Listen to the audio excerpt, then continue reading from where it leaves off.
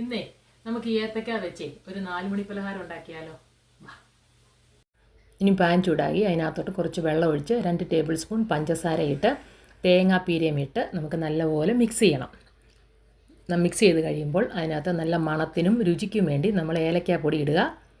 എന്നിട്ട് നമുക്കത് തീ ഓഫ് ചെയ്യാമേ.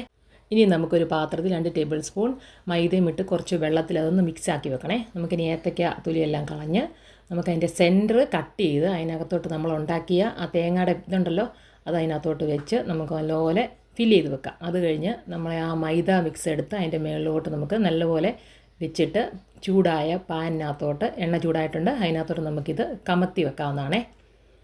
ഞാനതിൻ്റെ ചെറിയൊരു ഏത്തക്ക കട്ട് ചെയ്തും കൂടെ വെച്ചിട്ടുണ്ടേ. അതാണ് എളുപ്പം. എനിക്ക് തോന്നിയിട്ട് എനിക്ക് അങ്ങനെയാണ് എളുപ്പമായിട്ട് തോന്നിയത്. ഏത്തക്ക മുറിച്ചിട്ട് ചെയ്യുന്നതാണ്. അങ്ങനെ നമ്മുടെ ഏത്തക്ക നിറച്ചത് ഇവിടെ റെഡി ആയിട്ടുണ്ടേ.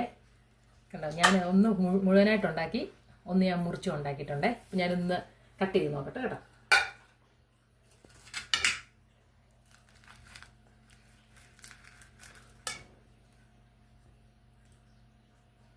ഒന്ന് കഴിച്ചു നോക്കട്ടെ.